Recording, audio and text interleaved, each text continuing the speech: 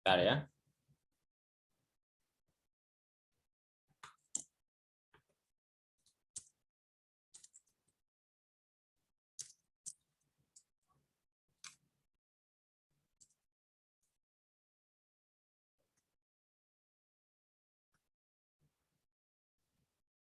Oke, siap belajar semua? Siap. Oke ya, kita mulai. Hari ini kita akan belajar tentang sistem endokrin. Nanti topik bahasannya akan kita pelajari ada dua. Ada gangguan tiroid dan ada diabetes mellitus. Ya, sebelum masuk ke topik yang pertama ya tentang gangguan tiroid. Kalau saya sebut gangguan, berarti bisa luas banget gitu ya.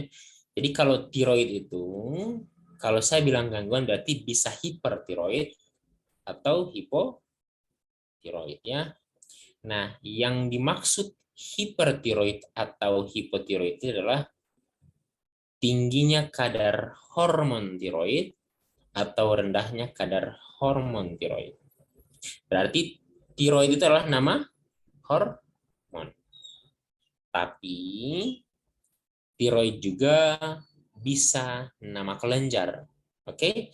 Jadi ada kelenjar tiroid dan ada hormon tiroid. Oke? Hormon tiroid itu diproduksi di kelenjar tiroid. Bisa ditangkap? Jadi, saya ulangi. Tiroid itu ada nama kelenjar, namanya kelenjar tiroid, dan ada hormon tiroid. Hormon tiroid dia diproduksi oleh kelenjar tiroid. Bisa ditangkap? Bisa. Oke, sekarang ke fungsi. Saya ulangi. Fungsi hormon tiroid adalah untuk menjalankan fungsi metabolisme. Saya ulangi ya. Hormon tiroid berperan dalam menjalankan fungsi metabolisme. Berarti kalau hormon tiroidnya tinggi, berarti metabolismenya cepat atau lambat kira-kira?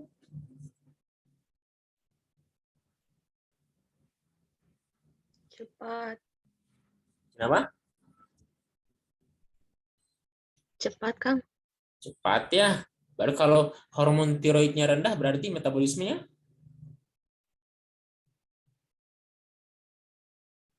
lambat ya. Kenapa saya highlight ini? Karena gini, di UKAI itu kalian kadang di soal nanti tidak akan dituliskan pasien mengalami hipertiroid atau pasien mengalami hipotiroid, enggak. Dia cuma akan bilang pasien mengalami gangguan tiroid. Kalian yang tentukan gangguan tiroidnya itu hiper atau hipo berdasarkan gejalanya. Saya sengaja bilang fungsi hormon tiroid adalah menjalankan fungsi metabolisme. Otomatis kalau tinggi, metabolisme cepat kan? Nah, dampak dari itu apa? Pasien bisa mengalami penurunan berat badan. Satu, pasien bisa mengalami peningkatan suhu tubuh. Pasien bisa mengalami takikardia atau palpitasi atau tremor, sering berkeringat, dan segala sesuatu gejala yang ada hubungannya dengan peningkatan metabolisme. Bisa ditangkap? Kalau hipotiroid atau hormon tiroidnya rendah,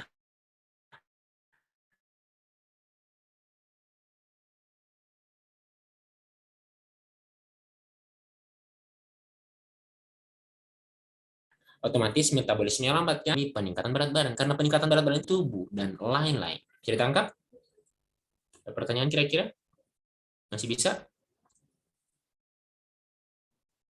Bisa, Kang. Ada yang masih bingung nggak? Kalau pasien mengalami penurunan berat badan itu hipo atau hiper? Hiper.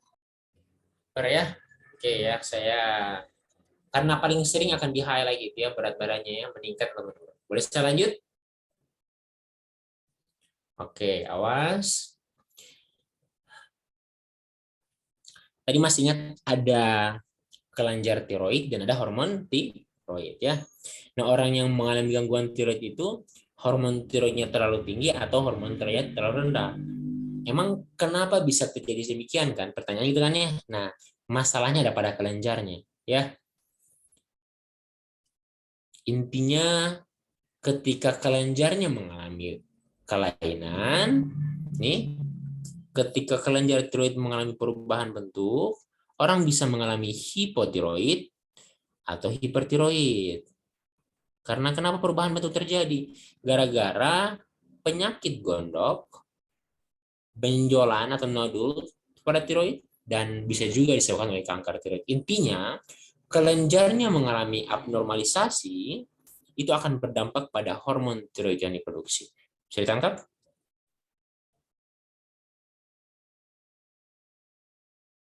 Bisa nggak? Bisa, Kang. Oke ya, ini Mei doang yang jawab nih ya. Yang lain silakan interaktif juga ya. Oke, sistem hormon tiroid jadi kayak gini. Sekarang posisikan ini adalah tubuh kalian ya, atau misalnya ada Tanisa, ada Desi, ada Rezki ya. Bagaimana hormon tiroid itu diproduksi dalam tubuh, prosesnya ya, signalisasinya, atau bagaimana hormon tiroid itu dihentikan produksinya dalam tubuh. Ini fokus, semuanya saya minta fokus di part ini. Awas.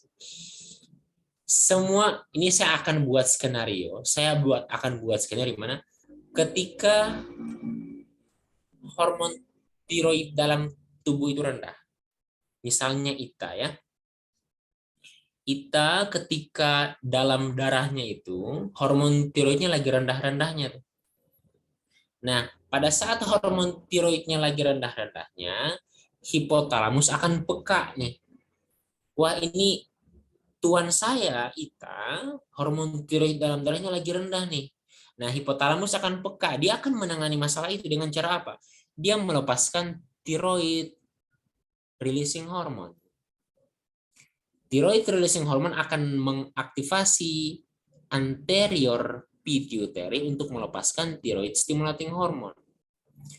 Tiroid stimulating hormone akan mengaktifasi kelenjar tiroid untuk memproduksi hormon tiroid. Teratasi masalahnya kan? Ini cuma gara-gara rendah hormon tiroid dalam darahnya Ita nih. Hipotalamus PK dia melepaskan tiroid releasing hormone. Releasing hormone akan mengaktifasi anterior pituitary. Anterior pituitary akan melepaskan TSH. TSH akan mengaktifkan kelenjar tiroid untuk memproduksi hormon tiroid. Otomatis sekarang diproduksi tuh, produksi.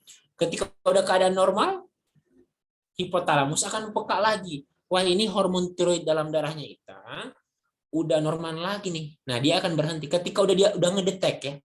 Wah, ini dalam darahnya udah normal lagi nih hormon tiroidnya. Si hipotalamus akan berhenti melepaskan tiroid releasing hormone. Tiroid releasing hormone akan berhenti mengaktifasi anterior pituitary. Anterior pituitary akan berhenti melepaskan TSH. TSH akan berhenti mengaktifasi kelenjar tiroid. Kelenjar tiroid akan menghentikan produksi hormon tiroid. Bisa ditangkap nggak? Bisa, Kang. Nah, ini berlaku pada manusia normal. Sekarang di keadaan kalian di tubuhnya Desi, tubuhnya Rezki, tubuhnya Nisa, Meriska, Meita dan lain sebagainya, dari Avila, Elvida, semua kalian itu berlangsung kejadian ini. Cuman pada pasien-pasien yang lagi mengalami gangguan tiroid atau kelenjar tiroidnya mengalami masalah, ini tidak terjadi. Kelenjarnya itu bermasalah nih. Ketika harus produksi dia nggak produksi, dan ketika harus berhenti produksi dia nggak berhenti produksi. Bisa ditangkap? Bisa ya? Bisa, Kang. Awas. Terus bagaimana hormon tiroid diproduksi dalam kelenjar? Awas. Bahan bakunya adalah ion iodin. Ion iodin akan dioksidasi oleh tiroid peroksidase. Ini nama enzim ya, enzim pengoksidasi namanya tiroid peroksidase. Iodin itu akan dioksidasi oleh enzim tiroid peroksidase, dibantu oleh katalisator H2O2 sehingga membentuk iodin aktif. masih berlangsung proses oksidasinya oleh enzim tiroid peroksidase di triglobulin, sehingga akan membentuk diiodetironin dan monoiodetironin. Ya, mono berapa, di berapa? Mono 1, di 2. Oke, berapa hasilnya? 3 kan? Nah, gabungan dari satu molekul monoiodetironin dengan satu molekul diiodetironin itu akan membentuk T3 atau triiodetironin. Itu hormon tiroid kan? Nah, gabungan dari satu molekul yang diiodetironin dengan satu molekul diiodetironin yang lain akan membentuk T4, itu tiroksin. Hormon tiroid kan T3 dan T4 kan? Benar nggak? Oke? Ini kejadian yang terjadi pada tubuh kita semua ya. Nah, cuman masalahnya kalau terlalu banyak berarti hiper. Kalau terlalu banyak hiper, kalau terlalu rendah namanya hipo. Oke? Nah, kalau hiper kira-kira diapakan supaya biar nggak terlalu hiper, diapakan kira-kira? Dihambat produksinya kan? Benar nggak? Kalau hiper berarti penanganannya dihambat produksinya dengan cara apa? Kalian tahu propiltiourasil dengan metimazol, dia menghambat tiroid peroksidase tuh. Karena kenapa perlu dihambat tiroid peroksidase? Karena tiroid peroksidase enzim yang akan mengoksidasi iodin kan, sehingga membentuk hormon tiroid kan. Kalau enzim tiroid peroksidasinya dihambat kerjanya, otomatis tidak akan terbentuk hormon tiroid. Bisa ditangkap kira-kira? Itu kalau hiper. Kalau hipo, logikanya, kalau hipo berarti rendah kan? Terus kalau rendah diapakan Kak? Ditambah iodin atau gimana? Jawabannya enggak. Sekalipun ada iodin, tapi kalau kelenjarnya bermasalah nggak bakalan produksi ya. Makanya obat hipotiroid langsung dikasih levotiroksin. Pernah dengar levotiroksin? Logikanya kalau kurangnya ditambah gitu kan ya. Kak, kenapa yang dikasih cuma tiroksin Kak? Kenapa nggak dikasih T3? Karena bentuk aktif dari hormon tiroid adalah T4. Oke? Ditangkap nggak? Bisa. Oke, lantas bagaimana tata laksana terapinya? Untuk yang hipertiroid, itu ada propiltiourasil, alternatifnya metimazol. Masih ingat gejalanya tadi ada apa aja untuk yang hipertiroid? Metabolismenya cepat. Metabolisme cepat sehingga mengalami penurunan berat. Penurunan berat badan. Oke, ada lagi apa lagi? Ita? Terus? Takikardi, tremor, sering berkeringat. Nah, penanganan tambahan untuk gejala takikardia atau mungkin di soal kadang-kadang dibilang palpitasi atau tremor, ada tambahan terapi beta blocker. Ya. Untuk penanganan hipertiroidnya ini nih atau ini. Untuk penanganan gejalanya ini dapat ditambahkan ini. Oke, jadi bisa propiltiourasil dengan beta blocker atau metimazol dengan beta blocker. Kalau ada tremor, ada kata tremor atau ada kata-kata palpitasi, ada kata-kata denyut jantung meningkat, takikardia, itu wajib ada penambahan beta blocker. Oke? Kalau nggak ada, ya nggak usah kasih. Ntar di ARPI. Obat tanpa indikasi. Kalau kalian kasih beta blocker tapi dia tidak ada gejala-gejala tambahan tadi, ya berarti di ARPI. Obat tanpa indikasi. Tapi kalau kalian nggak kasih beta blocker sementara ada gejala tambahan, berarti ada di ARPI juga. Indikasi tanpa obat. Saya tangkap kira-kira? Ada pertanyaan? Untuk yang hipotiroid itu autolevotiroxin. Autolevotiroxin. Clear? Cuman itu untuk yang gangguan tiroid obatnya. Cuman nggak mungkin saya tiba-tiba langsung ke obat kan ya. Jatuhnya ngehafal jadinya, bukan memahami. Tapi sekarang tahu kan? Oh iya Kak, dikasih propiltiourasil dan metimazol atau metimazol itu karena orang yang hipertiroid itu lagi tinggi-tingginya hormon tiroid. Nah, kita perlu menghambat produksinya dengan cara memberikan propiltiourasil dan metimazol. Emang kenapa dikasih mereka berdua? Oh iya Kak, karena mereka berdua punya aktivitas menghambat enzim tiroid peroksidase. Di mana enzim tiroid peroksidase adalah enzim yang dapat mengoksidasi urin membentuk T3 dan T4. Enak kan? Enak kalau kalau bisa jawab kayak gitu kan? Jangan cuma ditanya obat hipertiroid apa? Propiltioracin. Kenapa emang dikasih itu? Nggak ada jawaban tambahan. Ya, nanti kita kurang meyakinkan jadinya di lapangan. Oke? Ada pertanyaan sebelum saya lanjut ke DM? Kang mau tanya, Hmm? kalau untuk pasien khusus kayak ibu hamil itu gimana Kang? Ada aturannya sendiri kan ya? Oke. Untuk pasien ibu hamil, pemberian antitiroid propiltiorase terbatas hanya sampai trimester 1 atau 3 bulan pertama atau 12 minggu pertama. Intinya trimester 1. Sedangkan metimazole itu dapat diberikan pada pasien yang ibu hamil pada trimester 2 dan trimester 3. Oke? Beta blocker kalau ibu hamil apa indikasi? Yang indikasi adalah labetalol. Oke?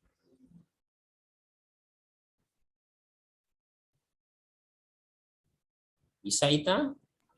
Bisa Kang. Levothyroxine dihimbau pemberiannya saat perut kosong.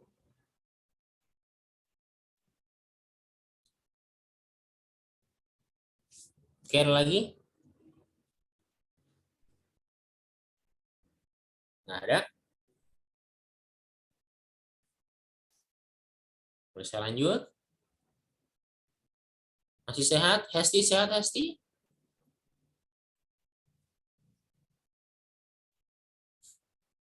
Sehat, Kang. Oke, masih semangat nggak belajarnya nih Hesti nih? Jadi ini lagi nyatet. Oke. Iya nggak? Tapi tangkap kan ya? Mutiara juga tangkap Mutiara? Iya, Kang. Oke, Elvida gimana Elvida nih? Iya, Kang. Sehat Elvida? Sehat, Alhamdulillah. Oke ya. Tanisa gimana Tanisa? Zahwa? Alhamdulillah sehat, Kang. Oke ya. Aman Zahwa? Aman, Kang. Aman ya. Desi gimana Desi? Paham, Kang. Ada pertanyaan Desi? Belum ada. Oke ya.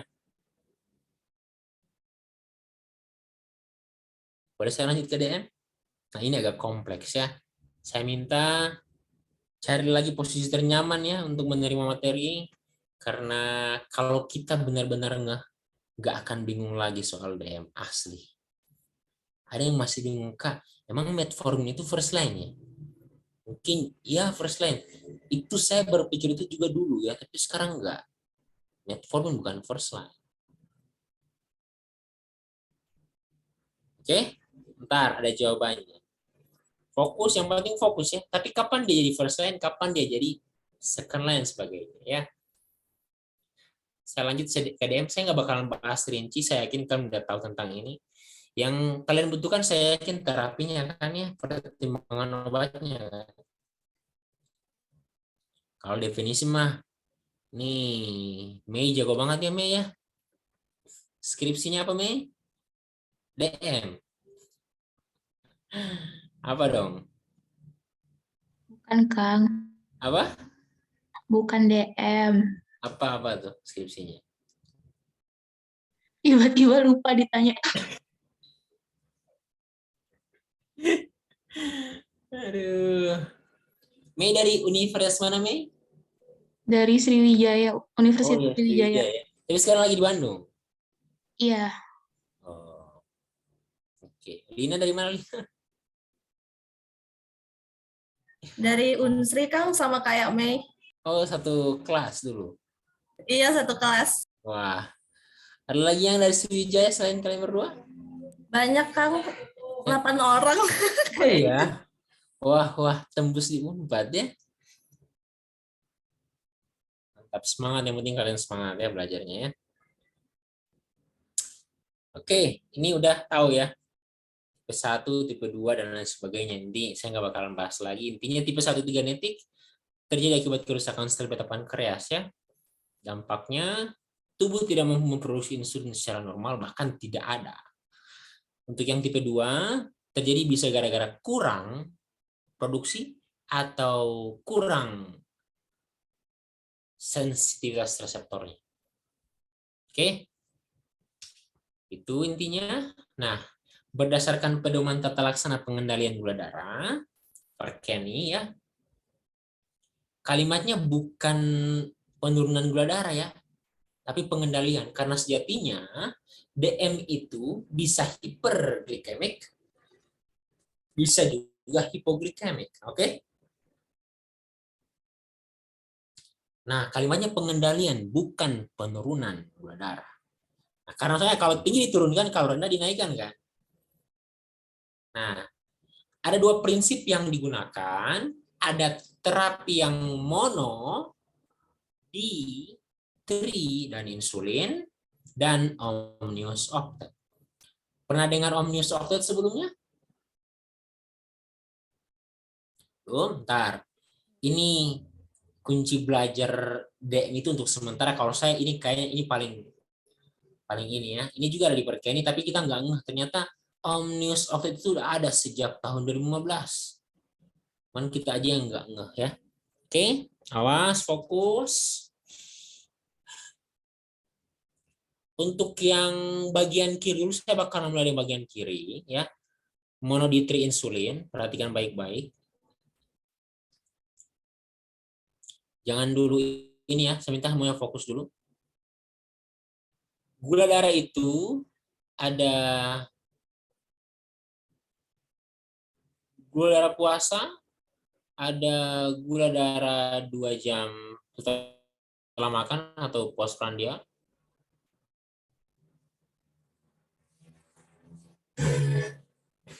Dan ada gula darah sesaat. Ada juga nilai HbA1c. Gula darah puasa itu dikehendaki kadarnya kurang dari atau sama dengan 100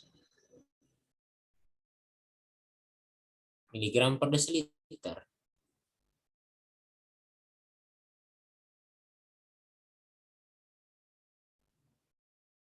Untuk gula darah 2 jam setelah makan atau gula darah 2 jam postprandial dikehendaki kurang dari sama dengan 140.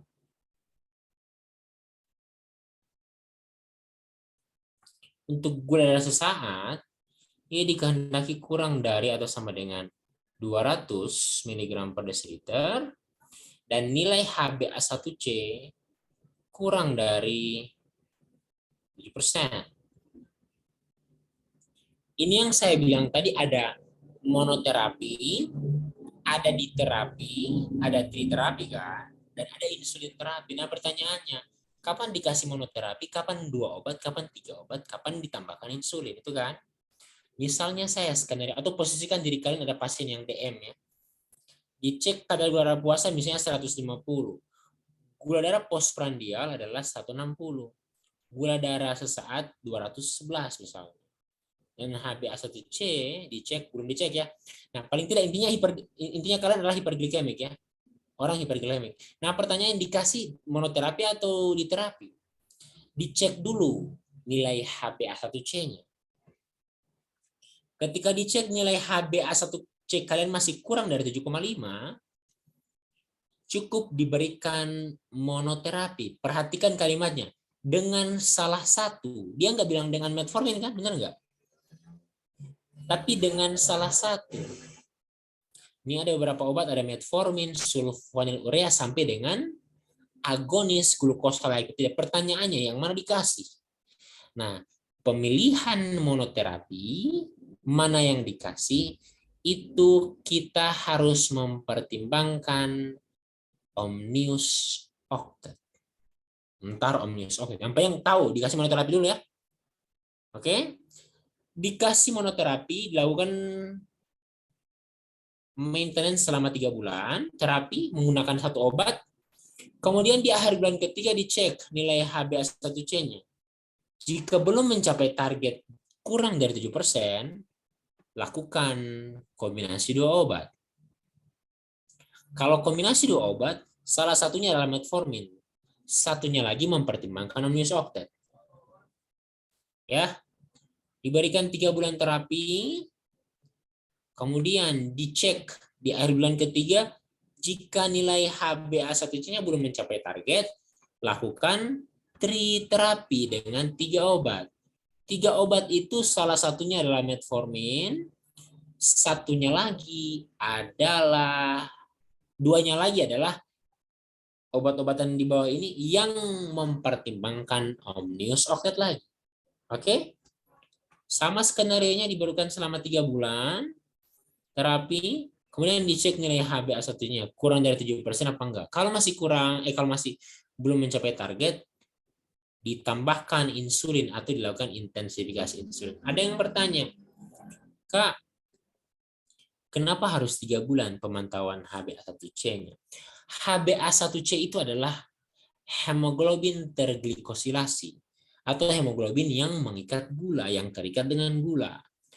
Usia hidupnya selama 3 bulan, otomatis dia akan mampu merepresentasikan kadar gula darah pasien selama 3 bulan terakhir. Oke?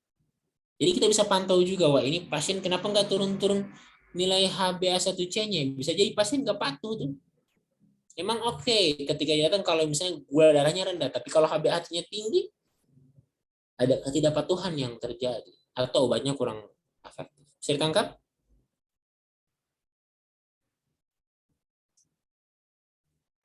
Bisa, Kang. Bisa lanjut? Boleh. Nah, itu kalau alurnya normal ya. Tapi kalau misalnya gini, ada nggak keadaan di mana pas pasien baru datang ke rumah sakit, dia langsung dikasih obat? Bisa, asalkan pertama kali dicek nilai HbA1c-nya lebih besar dari atau 7,5%. Ya, ada nggak keadaan Kak, ketika pasien baru datang langsung dikasih dengan insulin? Bisa, ketika dicek nilai HbA1c-nya lebih besar dari 9%. Gejala klinis positif, ini langsung ditambahkan dengan insulin. Oke?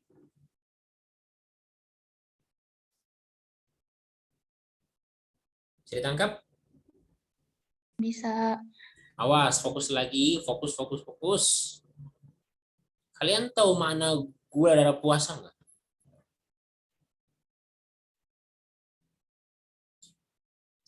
Gula darah puasa. Gula darah puasa bukan berarti gula darah saat bulan Ramadan, ya enggak. Gula darah puasa itu, jadi kayak gini, misalnya Mei ya. Mei, udah makan malam nggak Mei? Udah. Udah ya. Nah setelah sebentar nanti Mei tidur nggak makan lagi kan? Ya. Kecuali Mei makan sambil tidur. Kan enggak kan? Nah, secara logika, kalau Mei tidur kurang lebih 6-8 jam, otomatis itu durasinya panjang, itu dianggap puasa. Kita nggak ada suplai makanan yang masuk selama rentang waktu sekian, 6-8 jam, itu dianggap sedang berpuasa. Secara logika, kalau kita nggak makan, pada saat pagi hari harusnya gula darah tinggi atau rendah? Kalau kita nggak makan. Rendah. Nah, makanya dikehendaki gula darah puasa itu kurang dari 100 mg per desiliter. Kalian kalau normal semuanya, pagi hari itu gula darah kalian rendah-rendahnya ya, di bawah 100 mg per desiliter. Tapi ini tidak berlaku untuk orang pasien-pasien yang DM, enggak. Karena sekalipun dia nggak makan, malam, tidur itu, pagi-paginya lagi tinggi tuh. Tahu nggak kenapa? Itu ada masalah pada hatinya. Nah, gula darah puasa itu ketika tinggi, itu adalah gula darah puasa, itu adalah gula darah yang diproduksi oleh hati pada saat kita tidur tuh. Ya, saya ulangi, ketika gula darah puasa tinggi, padahal kita nggak makan apa selama tidur, itu ada masalah pada hati, di mana hati memproduksi terlalu banyak gula saat kita lagi tidur. Oke? Kalau gula darah 2 jam postprandial, misalnya saya nih, belum makan, gula darah saya misalnya 80 mg per desiliter. Saat saya makan, itu bisa tinggi-tinggi tuh, bisa bahkan sampai 180. Tapi Karena hormon insulin saya aktif, tidak ada masalah pada reseptor, itu langsung 2 jam setelah makan akan langsung turun lagi tuh. Turun di bawah 140. Itu orang normal. Tapi kalau orang yang lagi DM enggak. Tidak berlaku. Bisa ditangkap enggak kira-kira?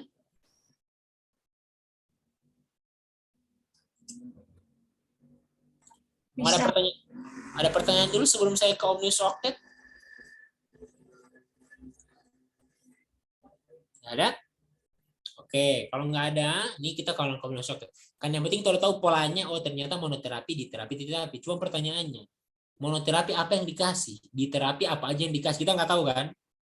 Bakalan jelas nanti pada saat Omnius Octet. Oke? Boleh saya lanjut? Boleh.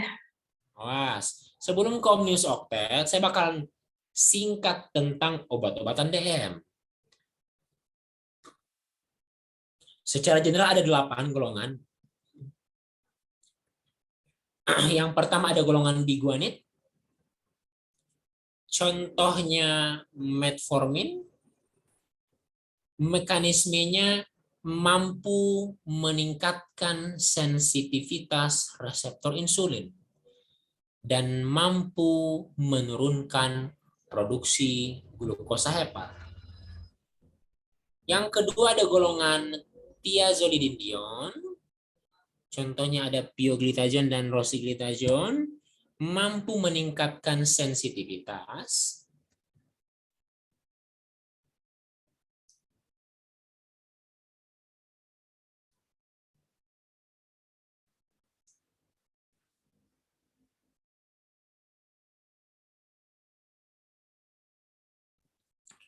Kemudian ada golongan sulfonylurea,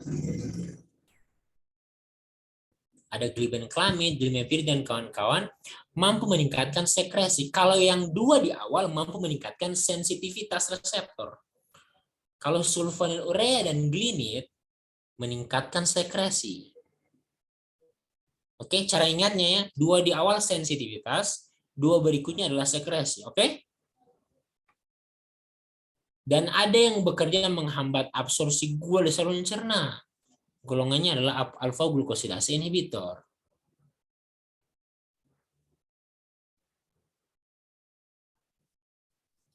Ada juga golongan SGLT2 inhibitor, contohnya adalah dapagliflozin, empagliflozin. Ini menurunkan reabsorpsi gula di ginjal. Kalau yang satu menurunkan reabsorpsi gula di saluran cerna, yang satunya di ginjal. Oke? Kemudian ada juga yang bekerja untuk meningkatkan hormon inkretin. Hormon inkretin itu adalah hormon yang ada di saluran cerna ya. Dia yang dapat memicu sekresi insulin ya. Otomatis kita butuh kan. Nah, si DPP itu adalah zat-zat yang dapat meningkatkan hormon inkretin. Sama halnya dengan yang glukosa-like peptida reseptor agonis. Oke? Saya minta part ini karena ini kunci ntar bakalan kalian bisa ngejawab obat-obatannya sebentar. Saya minta di capture ini. Part ini capture dulu. Atau kalau pegang handphone coba di foto aja ntar kalian bakalan bisa ngejawab. Kalau ada yang nulis berarti nggak usah foto ya. Oke? Ya?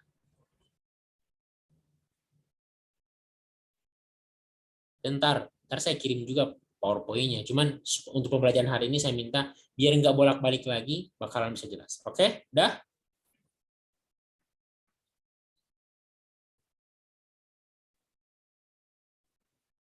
Bisa lanjut? Bisa. Awas, kita ke Omnius Octet. Omnius Octet itu, ini tadi udah ya.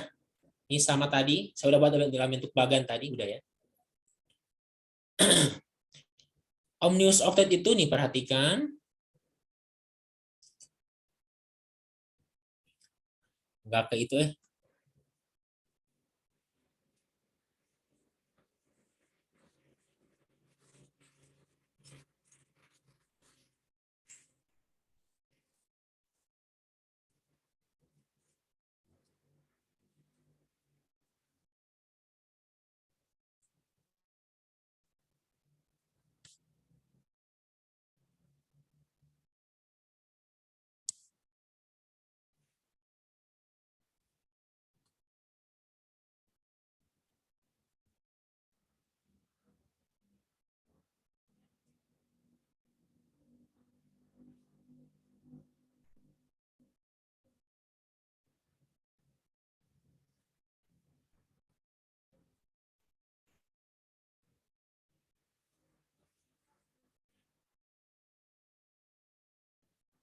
Udah kelihatan?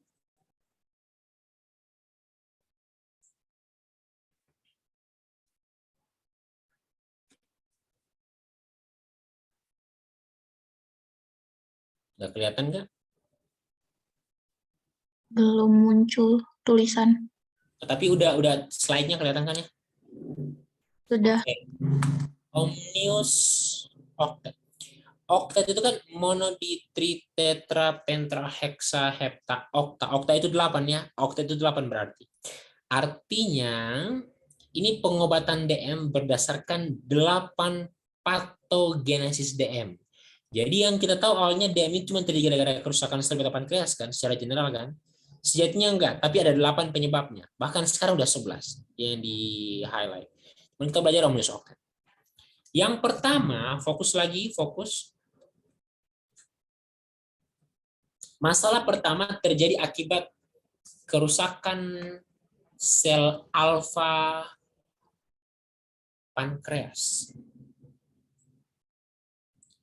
Dampak dari sel alfa pankreas yang terganggu atau mengalami kelainan, itu akan terjadi peningkatan sekresi glukagon. Glukagon itu adalah hormon yang dapat memicu proses glikogenolisis. Dampak dari glikogenolisis akan menyebabkan peningkatan kadar gula darah, otomatis DM. Nih contoh ya, misalnya Jahwa makan 2 piring misalnya. Ya. Jahwa makan 2 piring, sementara kebutuhan karbohidrat manusia itu, kebutuhan kalori manusia cuma 1.500 kalori per hari kan ya. Otomatis yang dimakan ini akan ada yang langsung diubah menjadi energi, ada yang akan disimpan di hati kan, dalam bentuk glikogen. Ada yang langsung diubah menjadi energi, ada yang disimpan dalam hati dalam bentuk glikogen. Dari glikogen ketika udah mulai dibutuhkan lagi, gulanya itu akan diubah lagi menjadi gula darah, akan dikembalikan lagi ke darah. Ya. Jadi gula darah, masuk ke darah, dari darah ke sel ya. Untuk diubah lagi menjadi energi. Nah, proses perubahan glikogen menjadi gula lagi itu disebut sebagai glikogenolisis. Ini terjadi pada manusia normal. Contoh kita lagi puasa bulan Ramadan ya.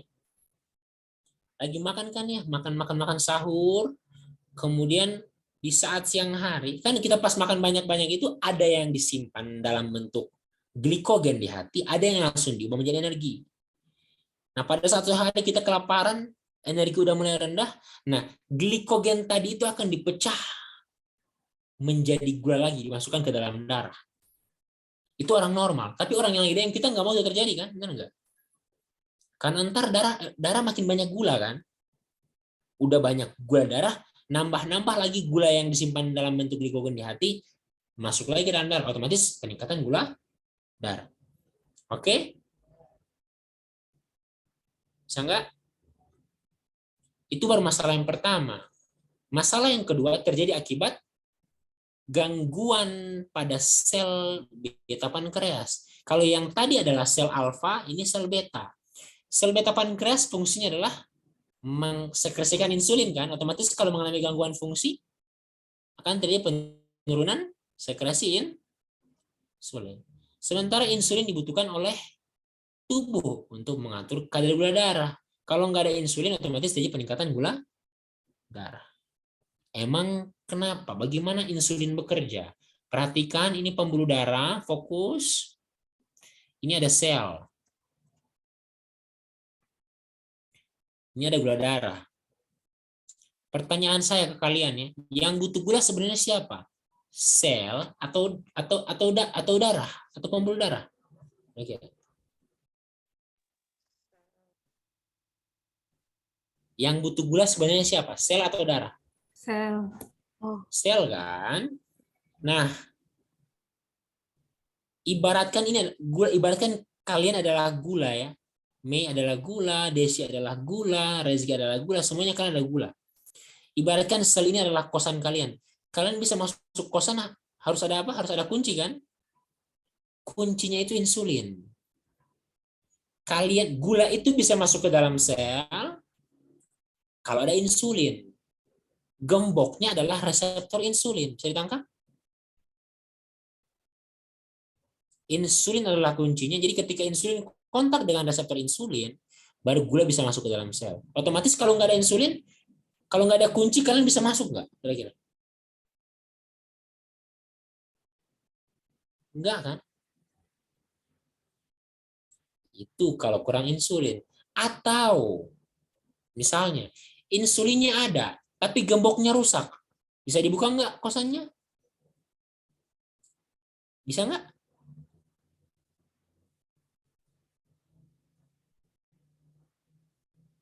Enggak. Itu penurunan sensitivitas reseptor insulin. Oke? Kalau reseptornya yang mengalami kurang sensitif, itu berarti gemboknya yang rusak. Sekalipun ada insulin, kalian nggak bisa masuk kan? Gulanya nggak bisa masuk kan? Masuk akal nggak? Bisa kira-kira yang lain? Ada pertanyaan dulu?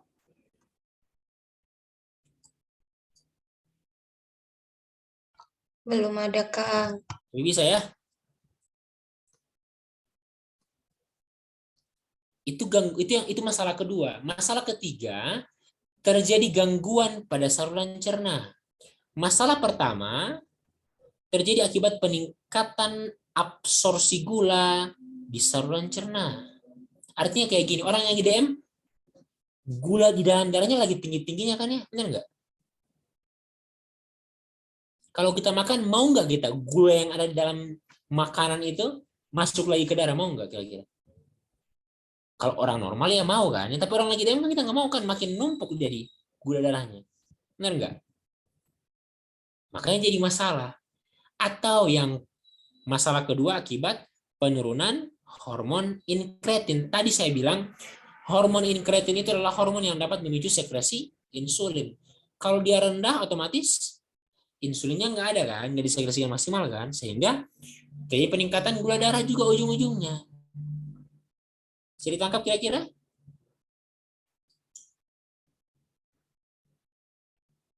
Bisa? Bisa. Itu masalah ketiga. Masalah keempat terjadi akibat peningkatan produksi glukosa hepar. Kalian ingat nggak yang tadi? Gula darah puasa. Yang diproduksi pada malam hari itu masalah di hati. Otomatis ujung-ujungnya peningkatan gula darah. Ya. Yang kelima, ini penurunan reuptake gula di otot. Kenapa kurang di reuptake Kak di sel otot kira-kira? Masih ingat nggak tadi yang saya ceritain tentang sensitivitas? Ingat?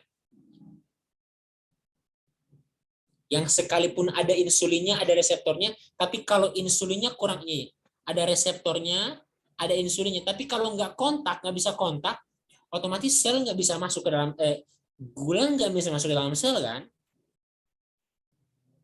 Dan gulanya menumpuk di darah, otomatis DM juga ujung-ujung. Bisa ditangkap kira-kira? Atau perlu saya ulang? Ini pembuluh darah, ini ada gula, ada sel di sini. Ya, gula itu harusnya masuk ke dalam sel. Tapi gara-gara insulin nggak bisa kontak dengan reseptornya, gula nggak bisa masuk. Makanya reuptake-nya rendah. Bisa ditangkap? Bisa. Ada yang masih bingung nggak kira-kira?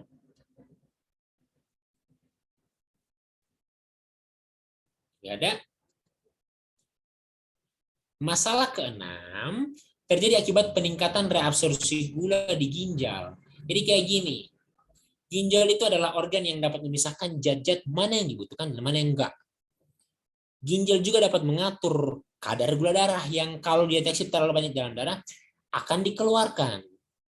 Tapi bayangkan coba, gula yang udah ada dengan bercampur dengan yang akan dikeluarkan melalui urin, direabsorpsi lagi di bagian tubulus ginjal tuh, ditarik lagi ke dalam darah, otomatis akan mengalami peningkatan gula darah. Bisa ditangkap nggak? Itu masalah keenam yang dapat menyebabkan pasien DM. Jadi yang kita tahu cuman ini dulu nih, cuman kerusakan sel beta pankreas doang. Padahal ada banyak kejadian. Bisa saya lanjut? Masalah ketujuh, ini gangguan sistem saraf pusat. Kita tahu bahwa sistem saraf pusat itu otak. Dia yang mengatur segala fungsi pelepasan hormonal kan. Dampak ketika dia terganggu bisa jadi mengalami gangguan fungsi hormonal. Insulin adalah hormon. Berarti ada potensi juga orang-orang yang mengalami gangguan sistem saraf pusat bisa mengalami peningkatan gula darah. Itu masalah ketujuh. Masalah ke-8 ada yang disebut sebagai lipolisis. Pernah dengar lipolisis? Lipo itu adalah lemak. Lisis itu adalah penguraian. Lemak itu kalau terurai akan menjadi asam lemak dan gliserol. Gliserol itu golongan gula. Saya tangkap? Enggak? Bisa. Bisa ya? Harusnya bisa nih. Awas fokus lagi. Sekarang kita ke obat-obatannya. Nah kalau gitu Kak, sekarang gimana obat-obatannya Kak? Gitu kan pertanyaannya kan ya? Nah saya bakalan kasih kode mana yang bisa dianggap sangat enak untuk dipelajari.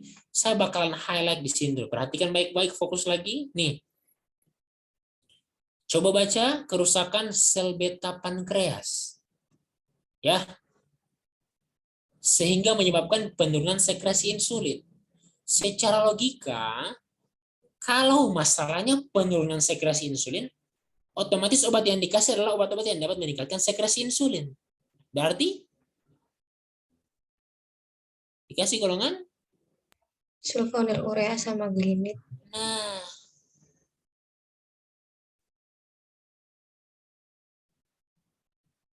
Mau lanjut? Nih, peningkatan glukosa hepar. Dampaknya ujungnya peningkatan gula darah puasa kan? Secara logika berarti kalau masalahnya peningkatan glukosa hepar, ya kita kasih zat yang dapat menekan produksi gula darah hepar.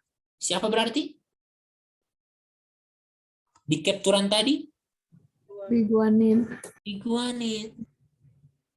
Alternatifnya dapat berikan tiazo juga. Awas. Ini lagi nih. Penurunan reuptake gula di otot. Ini masalah apa tadi? Sensitivitas kan? Gara-gara sensitivitas yang kurang kan? Masalah sensitivitasnya yang kurang kan? Secara logika, kalau penurunan reuptake gula di otot itu diakibatkan akibat resistensi reseptor insulin yang kurang sensitif, secara logika harusnya kita kasih zat atau obat yang dapat meningkatkan sensitivitas reseptor insulin. Berarti apa yang dikasih?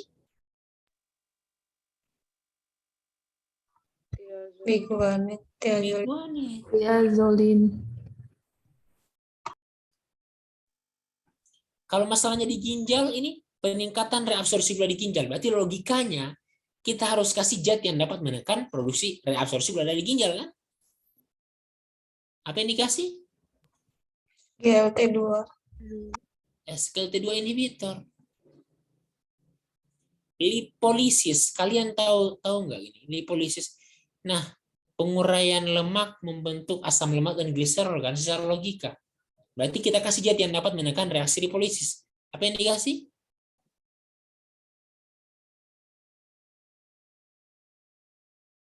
Tiazolidin dia. Awas, ini lagi nih, spesifik nih. Masalah pertama akibat peningkatan absorpsi gula di saluran cerna. Nah, berarti penanganan masalah itu apa yang dapat dikasih untuk menekan absorpsi gula di saluran cerna? DPP-4 sama GLP-1-RA. Wait. Peningkatan absorpsi gula di saluran cerna. Berarti kita kasih zat yang dapat menekan absorpsi gula di saluran cerna. Alpha glikosidase. Alpha Glukosidase. inhibitor. Nah, masalah kedua terjadi penurunan hormon inkretin. Berarti dikasih ada 2 obat yang dikasih dapat apa aja? GLP. DPP-4 dan glukosa like peptide reseptor agonis. Oke, saya minta konfirmasi dari kalian ya. Hormon inkretin tadi fungsinya apa? Meningkatkan apa? Memicu sekresi apa? Hormon inkretin adalah hormon yang ada di saluran cerna. Dia dapat memicu sekresi Insulin. insulin. Berarti pertanyaan saya, orang-orang yang dem butuh hormon inkretin apa enggak? Orang yang lagi DM.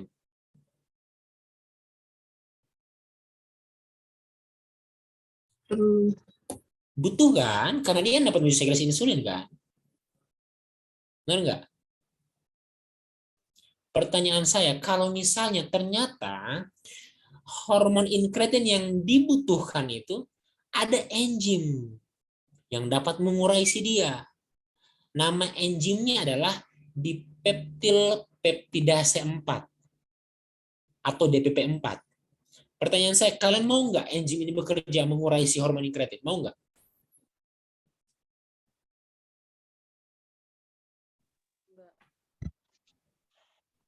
Saya ulangi, hormon inkretin itu fungsinya adalah meningkatkan sekresi insulin. Tapi hormon inkretin ada zat yang dapat mengurai si dia nih. Namanya DPP4. Pertanyaan saya, kalian mau nggak hormon inkretin diurai oleh si DPP4? Mau nggak? Enggak. Makanya dikasih DPP4 inhibitor. Angkat nggak kira-kira? Makanya ada DPP4 inhibitor di sini. Nangkep. DPP4 nama enzim. DPP4 inhibitor nama obat yang dapat menghambat enzim itu. Oke? Awas. Saya ulangi, tambahan yang kedua. Hormon inkretin itu adalah hormon yang dapat memicu sekresi insulin. Contoh salah satu hormon inkretin namanya adalah GLP. Secara logika kalau hormon inkretin kurang ya dikasih GLP kan? Benar nggak?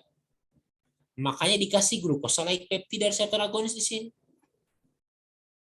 Makanya DPP4 dan GLP dapat meningkatkan hormon inkretin. Bisa ditangkap kira-kira? Bisa. Nah, ini spesifik untuk yang di sistem saraf pusat. Ini dapat diberikan bromokriptin. Ini penanganan DM juga ya, tapi yang kerjanya di sistem saraf pusat. Bromokriptin namanya. Untuk yang di sini dia nggak terlalu selektif ya. Ini dapat diberikan DPP4 juga, inhibitor, dan glucosalike peptide reseptor agonis. Oke, ini juga bisa ditambahkan DPP4 inhibitor sebagai alternatif terapinya dan glucosalike peptide reseptor agonis. Di sini juga dapat ditambahkan ya. DPP4 dan glucosalike peptide. Oke, pertanyaan Omnius Octet clear? Ntar ada yang nanya, Kak, kan kata kakak, mempertimbangkan monoterapi kita harus mempertimbangkan Omnius Octet. Gimana kita tahu, Kak, masalahnya di beta pankreas? Gimana kita tahu masalahnya di lipolisis gitu kan ya? Itu nggak pertanyaannya?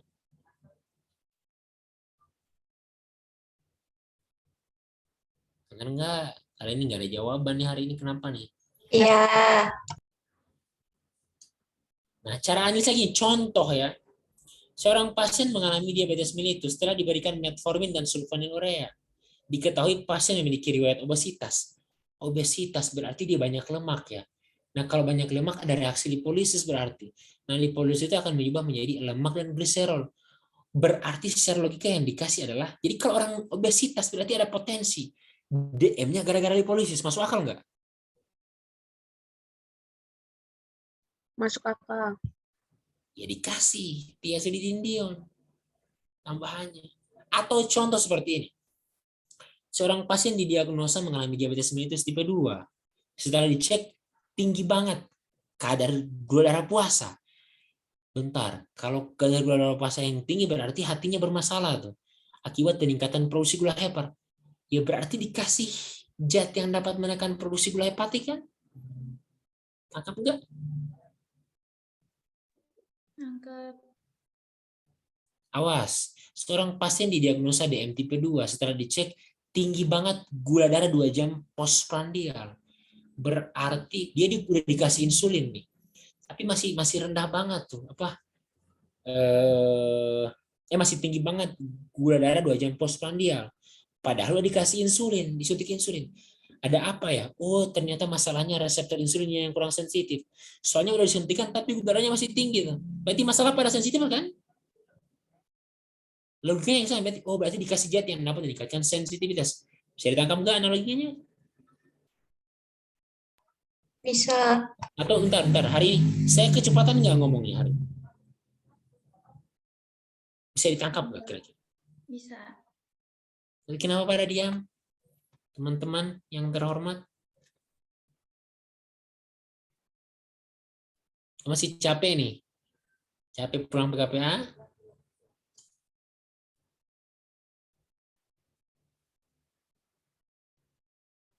Atau udah kayak distract lagi, mikirin, wah banyak banget yang harus diingat nih.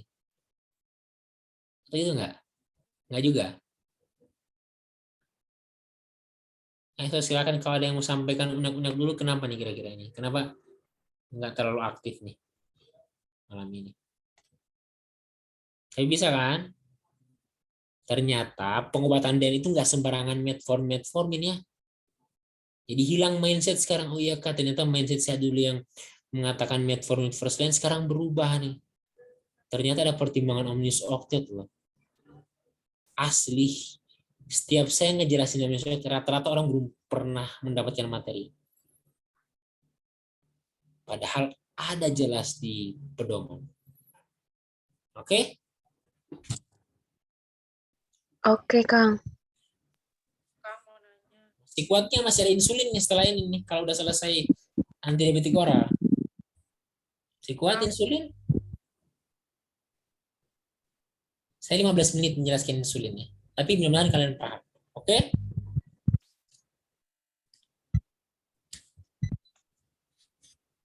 Oke, ya. Atau mau dicukupkan nih? Udah KO gimana? Kang, itu Kak Apa-apa, ada yang sorry? mau tanya. Gimana, so? Kak Zahwa mau tanya. So, silakan, ya kedengaran suaranya. Silakan Jahwa. Yang tadi postprandial itu Kang, jadi yang dikasih itu untuk meningkatkan sensitivitas insulin ya, seperti metformin atau gimana Kak? Ada yang kedengaran full, coba bisa diulang? Yang gangguan pada postprandial tadi Kang, itu kan sensitif buat apa sih, anti diabetes yang untuk meningkatkan sensitivitas insulin ya, berarti kayak metformin gitu. Iya, bisa. Biguanid sama tiazolidin dia. Tapi ini, orang yang tinggi gula darah postprandial bisa dua ya. Insulinnya rendah atau reseptornya kurang sensitif bisa dua ya. Jadi masih bisa dapatkan golongan yang itu juga yang dapat meningkatkan produksi insulin. Yang bermasalah berarti ketika udah disitukan insulin tapi masih tinggi, berarti masalah pada reseptornya. Oke? Ya, Kak. Ada lagi kira-kira?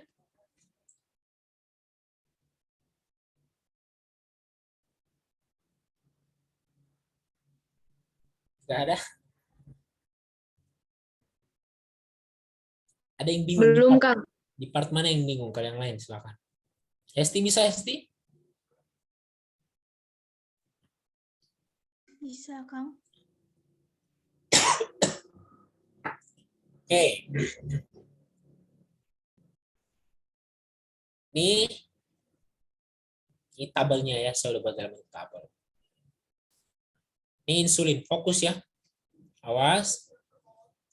Insulin itu ada yang rapid acting, short acting, intermediate acting, dan long acting. Awas. Saya minta kalian fokus lagi ya, fokus lagi. Kalau yang tinggi gula darah puasa itu kan 6-8 jam kan ya. Berarti kita harus kasih insulin yang memiliki, 6-8 jam menurut kalian panjang nggak itu kira-kira?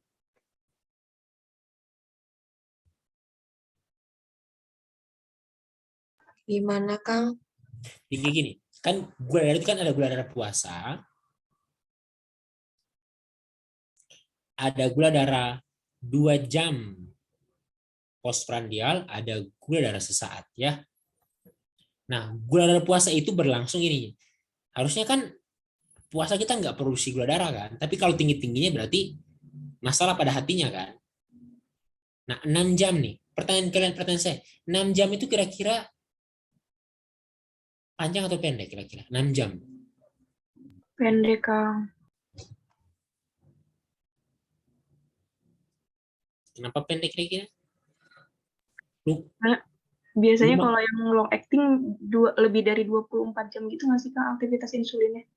Iya, Durasinya maksudnya. iya. Cuman ini, dibandingkan yang cuma 2 jam, 6 dengan 8 itu cenderung panjang nggak kira-kira? Oh, berarti panjang, Kang. Panjang kan? Secara logika, kita nggak mungkin nyuntik insulin, cuman tengah malam nyuntik lagi, tengah malam nyuntik lagi. Lebih logis kita pakai yang panjang kerjanya kan dibandingkan yang rapid acting kan? Iya, Makanya untuk mengontrol kadar gula darah puasa yang dikasih long acting insulin. Masuk akal nggak? Iya. Awas. Kalau yang tinggi gula darah 2 jam setelah makan, 2 jam itu pendek atau panjang kira-kira? Pendek. Benar pendek ya. Makanya dikasih rapid acting bisa untuk gula darah postprandial. Short acting juga bisa untuk gula darah postprandial.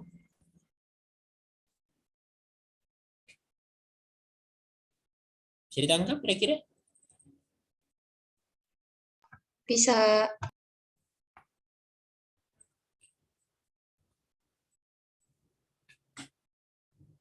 Untuk yang rapid short itu cenderung agak pendek kerjanya ya. Kalau long acting panjang. Kalau intermediate tidak panjang sepanjang long acting dan tidak sependek pendek rapid dengan short. Awas. Kalau kalian lihat di perkara tadi kan monoterapi, diterapi, triterapi, kemudian insulin terapi kan.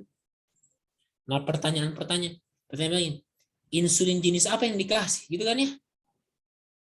Berdasarkan pedoman, tujuan pemberian insulin pada tata laksana pengendalian gula darah itu untuk penanganan kadar gula darah puasa dulu. Berarti yang dikasih pertama adalah golongan insulin yang long acting atau rapid acting? Long acting dulu. 1 kali sehari. Long acting aja 1 kali sehari. Pertimbangan tambahan ketika memang tidak efektif pemberian long acting aja dapat dikombinasi dengan pemberian yang rapid acting juga.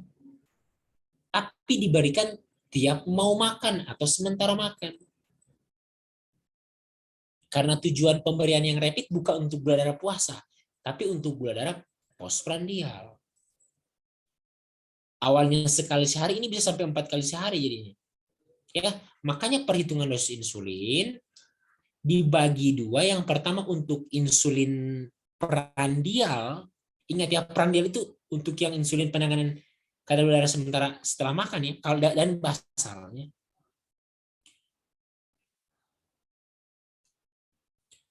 Untuk perhitungan dosis insulin yang prandial dengan basal, kita harus hitung dulu insulin harian total. Ibaratkan saya DM dan udah tinggi banget HbA1c-nya, mau dikasih insulin. Dikasih dulu insulin basal kan. Nah, hitungannya seperti ini. Insulin harian total dihitung dengan cara berat badan dikali dengan 0,5. Kalau misalnya berat badan saya adalah 80 kilo, berarti 80 kali 0,5 sama dengan 40 unit. Saya itu maksimal 1 hari harus mendapatkan minimal atau maksimal mendapatkan 40 unit. Bisa kurang, tapi jangan lebih. Awas.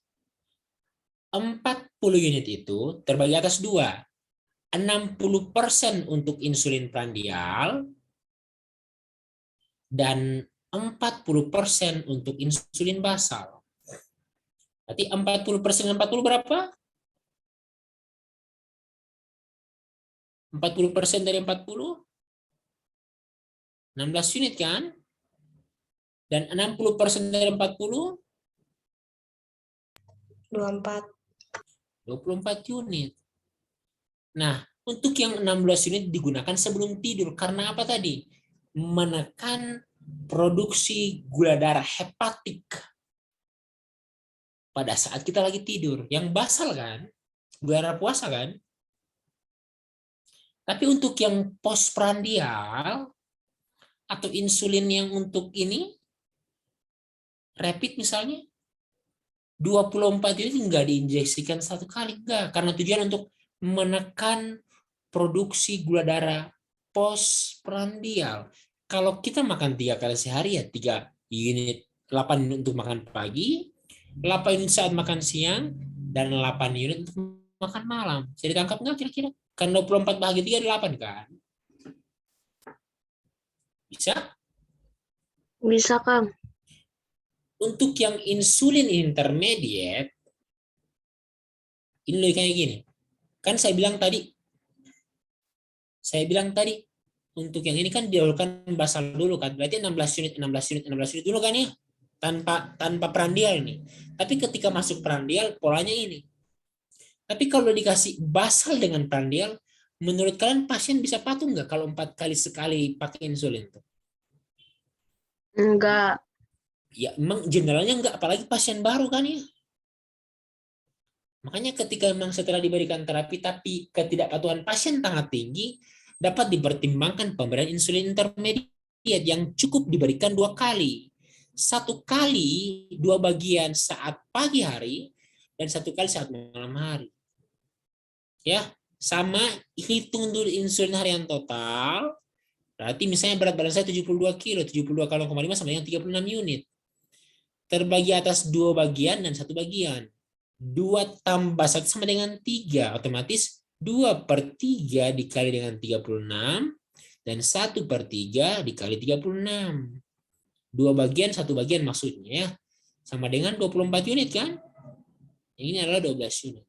Jadi 24 unit yang digunakan pagi hari tujuannya untuk mengontrol kadar gula darah dari pagi sampai sore. Kalau yang malam 12 unit untuk selama kita tidur. Jadi tangkap?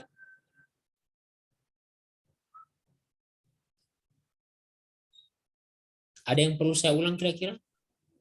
Kang, punten, kalau semisal yang 24 unit ini dipakainya siang bisa? Atau harus pagi hari? Anjurkan pagi, karena gini. Karena kita kan general kan makan pagi kan ya. Secara umum makan pagi kan. Nah, untuk mengontrol kadar gula dari pagi sampai dengan sore hari, ya dikasih saat pagi hari aja. Kalau dikasih hanya siang, takutnya di yang pagi hari bisa jadi ada potensi peningkatan kadar gula darah kan. Bisa? Bisa, Kang. Berarti itu langsung sekaligus gitu ya, Kang ya? Iya. Oke, terus Kang. Kalau kalian lihat tadi juga untuk yang basal tadi 16 unit kan ya. Di perken itu kalimatnya 0,2 sampai 0,5 unit per kilogram berat badan. Sama aja saya hitung udah ya, 0,2 kali 80 coba pada pasien. 16 kan? Mentok-mentoknya adalah 40, 0,5 kan? Makanya kalimatnya 16 unit dulu. Oke? Bisa? Bisa. Oke, untuk keadaan khusus, berdasarkan pedoman itu dikehendaki ibu hamil itu diberikan insulin aja ya. Sekalipun antidiabetik oral juga ada yang dapat diberikan untuk ibu hamil ya. Yang masuk pregnancy kategori B itu insulin, antidiabetik oral yang golongan diguanid dengan akarbosa itu masih bisa. Tapi memang dikehendaki kalau boleh insulin langsung insulin aja. Itu keadaan khusus satu. Keadaan khusus yang kedua adalah diabetes ketoasidosis. Diabetes ya diabetes, keto itu ya keton, asidosis itu adalah penurunan pH fisiologis tubuh menjadi lebih asam.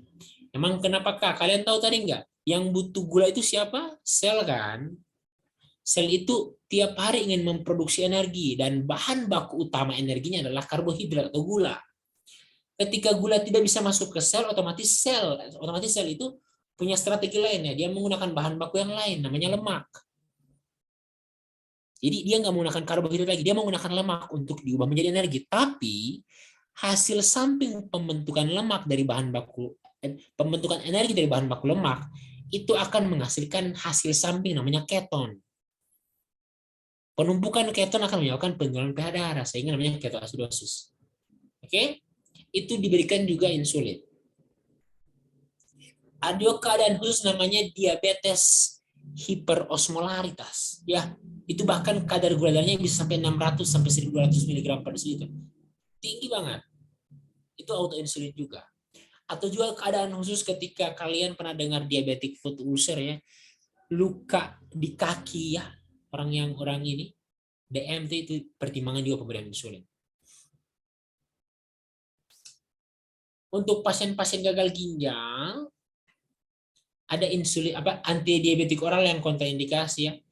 Obat-obatan antidiabetik oral yang kontraindikasi untuk pasien gagal ginjal ada 3 secara general, ada biguanide, ada alpha glucosidase inhibitor, sama SGLT2 inhibitor. Yang paling aman untuk pasien gagal ginjal adalah thiazolidinedion. Thiazolidinedion dapat diberikan bahkan sampai pada pasien gagal ginjal stage 5 ya. Ada lagi juga tambahan keadaan untuk pasien-pasien yang diabetes. Ada pernah dengar diabetes neuropati? Ya, diabetes neuropati. Neuro itu asal katanya neuron atau saraf. Pati itu kelainan.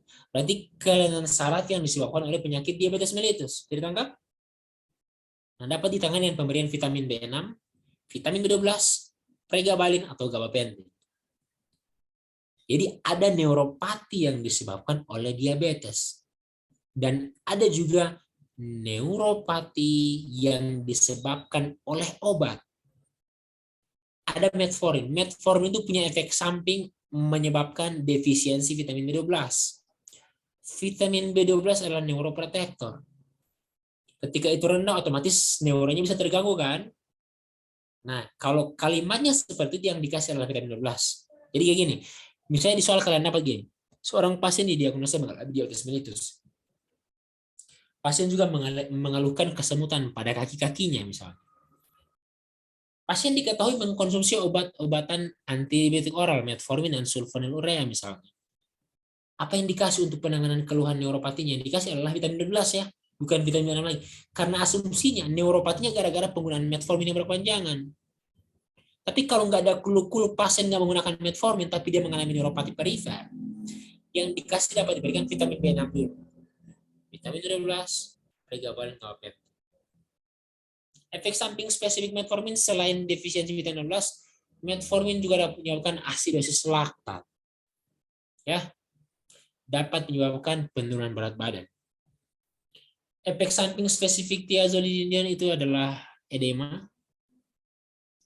Efek samping spesifik sulfonylurea dan glin itu adalah hipoglikemik dan peningkatan berat badan.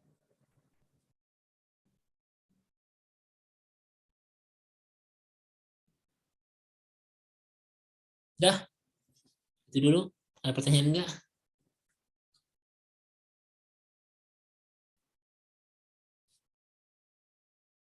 Gimana? Pertanyaan? Kak mau nanya yang tadi perbedaan insulin short sama rapid itu apa ya, Pak? Oke. Kalau rapid itu kerja cepat. Artinya itu lebih ke onset of action-nya cepat terjadi.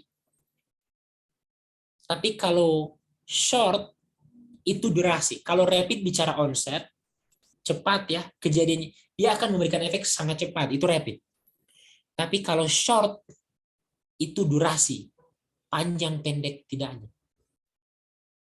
Bisa ya sih?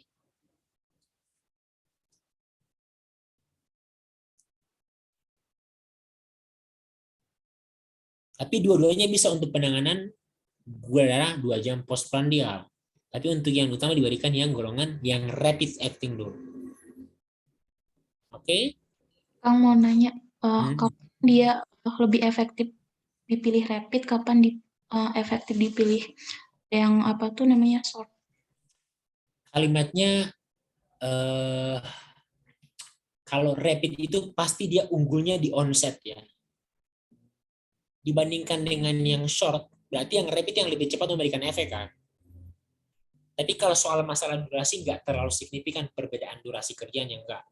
Yang signifikan itu adalah short dengan intermediate atau short dengan yang long, atau rapid dengan intermediate atau rapid dengan yang long. Tapi kalau rapid dengan short itu nggak terlalu signifikan.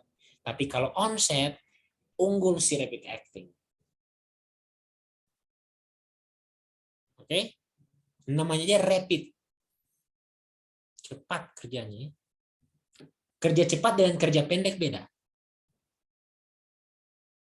Ya, rapid itu cepat ya, short itu pendek.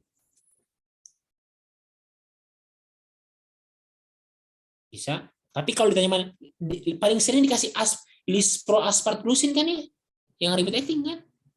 Untuk yang basal diberikan glargin atau detemir. Levemir itu isinya detemir ya. Oke, Novorapid itu isinya aspart. Paling sering juga Novorapid. Itu insulin. Itu kalau kalian ngeh itu dikasih tiap saat mau makan sementara atau setelah makan. Karena tujuannya untuk pengendalian gula darah 2 jam postprandial, 2 jam setelah makan. Tapi kalau yang detemir itu pasti disuruh malam kan? Karena tujuannya mengontrol kadar gula darah yang diproduksi oleh hati pada saat tidur. Benar nggak? Oke?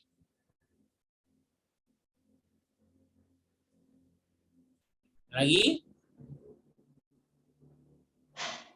Kang, yang efek samping biguanit tadi, Kang, kan itu menyebabkan defisiensi vitamin B12 kan, Kang? Itu tadi menyebabkan diabetes neuropati ya? Atau gimana, Kang? Bukannya vitamin B12 itu buat anemia ya, Kang? Oke. Ada diabetes neuropati. Jadi orang-orang yang lagi diabetes kemudian dia mengalami neuropati ya. Itu diabetes neuropati. Ada yang neuropatinya gara-gara diabetes dan ada yang neuropatinya gara-gara obat. Ya. Kalau neuropatinya gara-gara diabetes langsung, silahkan kalian bisa kasih vitamin B26 atau vitamin B12 atau pregabalin atau gabapentin. Tapi kalau di soal di highlight neuropatinya gara-gara ada metformin, itu autoindikasi adalah vitamin B12. Memang iya, pada anemia makrositik nilai MCV lebih besar dari 100 femtoliter itu terjadi akibat kekurangan vitamin B12 dengan vitamin B9 asam folat kan. Memang iya, tapi tidak hanya sekedar itu fungsi vitamin B12. Dia juga neuroprotektor. Anemia itu ada anemia mikrositik. Ketika nilai MCV-nya kurang dari 80 femtoliter, yang dikasih adalah zat besi karena masalahnya terjadi kekurangan zat besi. Kalau anemia makrositik itu terjadi akibat deviasi vitamin B12 dan vitamin B9 atau asam folat. Makanya yang dikasih vitamin B12 atau vitamin B9. Tapi kalau anemia normositik yang nilai MCV-nya 80 sampai 100 femtoliter itu dikasih eritropoietin. Tapi kalau normositik kemudian nilai HB-nya udah kurang dari standar, perempuan itu 12 sampai dengan 16 kalau nggak salah ya. Kemudian pria itu 13 sampai 18. Kalau udah turun dari setengah, dia normositik, anemia bukan hanya dikasih eritropoietin, enggak, tapi udah bisa transfusi darah. Itu anemia normositik, kemudian udah lebih dari. Tapi kalau anemia aplastik, itu udah nggak bisa dengan obat. Fe nggak bisa, B12 nggak bisa, vitamin B9 nggak bisa, eritropoietin nggak bisa. Itu harus cangkok sumsum tulang belakang karena masalahnya sumsum tulang belakang dan transfusi darah. Oke? Ya, Kang. Makasih, Kang. Sama. Ada lagi nggak? Kamu mau nanya? Mau nanya, kalau tentang cara minum obatnya, yang untuk antidiabetik oral itu gimana, Kang? Baiknya sesudah makan atau sebelum makan? Secara general, obat ini bukan obat DM ya, saya bakalan highlight secara keseluruhan. Secara general, obat-obatan itu dapat diminum 1 jam sebelum makan atau 2 jam setelah makan. Karena kenapa, Kak? Karena dikehendaki diminum saat perut lagi kosong. Karena sebagian besar obat itu absorpsinya dapat terganggu ketika ada makanan. Oke? 1. Kecuali obat-obatan mual muntah, obat-obatan mah, peptic ulcer, gastroesophageal reflux disease, obat-obatan anti-diabetes oral, obat-obatan osteoporosis, obat-obatan gangguan tiroid, itu ada pertimbangan sebelum makan, setelah makan. Kalau yang anti-diabetik oral, biguanid dan thiazolidinium dapat digunakan sebelum, saat, atau setelah. Itu biguanid dan thiazolidinium. Sedangkan untuk yang sulfonylurea dengan glinip, itu dikehendaki sebelum makan. Oke? Untuk yang SGLT2 dan kawan-kawan, itu general, maksudnya dapat digunakan 1 jam sebelum makan dan 2 jam setelah makan.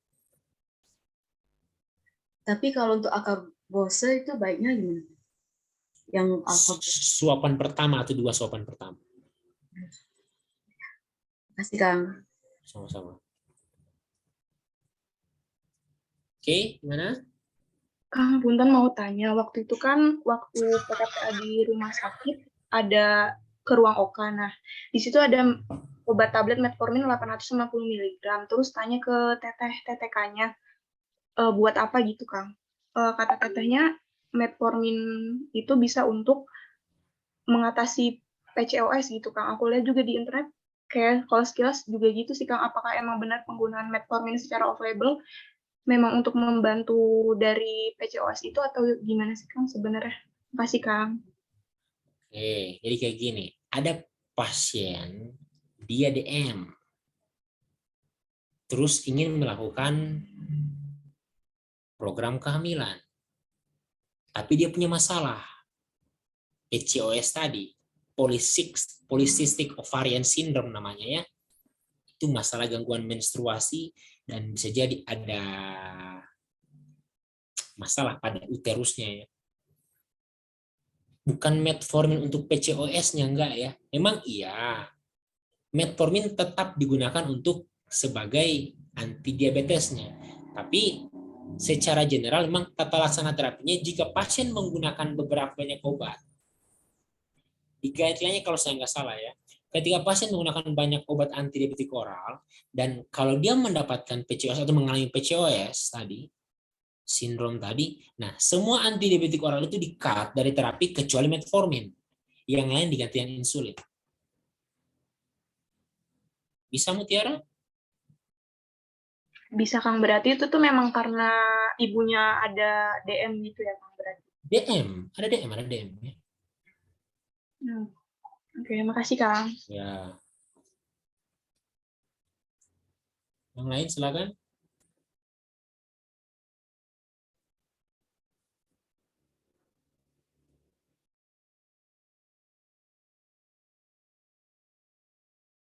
Bebas ya, mau nanya bebas ya. Yang terhubung dengan ini tapi di luar materi nggak apa-apa juga, silakan.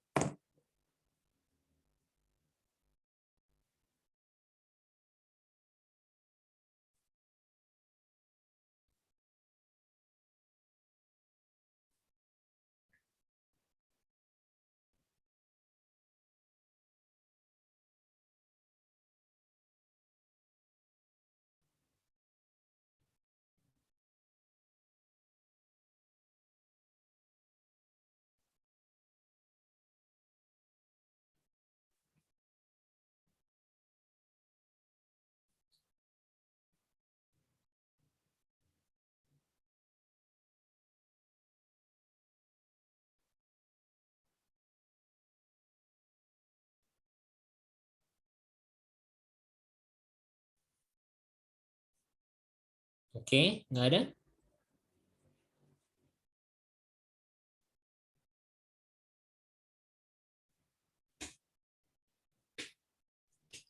Nggak ada, Kang.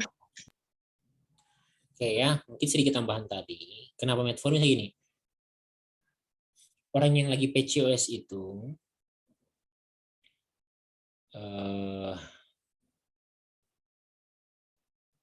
itu terjadi akibat peningkatan hormon androgennya. Secara general terjadi akibat peningkatan hormon androgennya. Di saat yang bersamaan, peningkatan hormon androgen itu juga dapat pasien mengalami penurunan sensitivitas reseptor insulin. Maka dampak dari itu ya dikasih yang dapat meningkatkan sensitivitas kan, makanya tata laksana terapinya adalah yang metformin. Oke, itu mesti kita bahas dari saya. Kenapa metformin? Kenapa bukan sulfonylurea? Karena emang yang erat atau terkait dengan PCOS tadi adalah masalah juga pada sensitivitas reseptor insulin. Oke? Bisa? Ada lagi enggak kira-kira? Cukup? Beberapa jam kita belajar tadi? Dari jam berapa mulai ya? Mulainya jam 7.15. 8.15 berarti kita udah mau hampir 1,5 jam. Oke, kalau nggak ada pertanyaan lagi, kita cukupkan dulu ya. Nanti saya kirim soal latihan, pembahasannya mudah-mudahan kita coba agendakan per tiap minggu sekali kayak kemarin. Oke? Gimana soal-soal TO-nya? Mei bisa dihentikan dulu recordnya.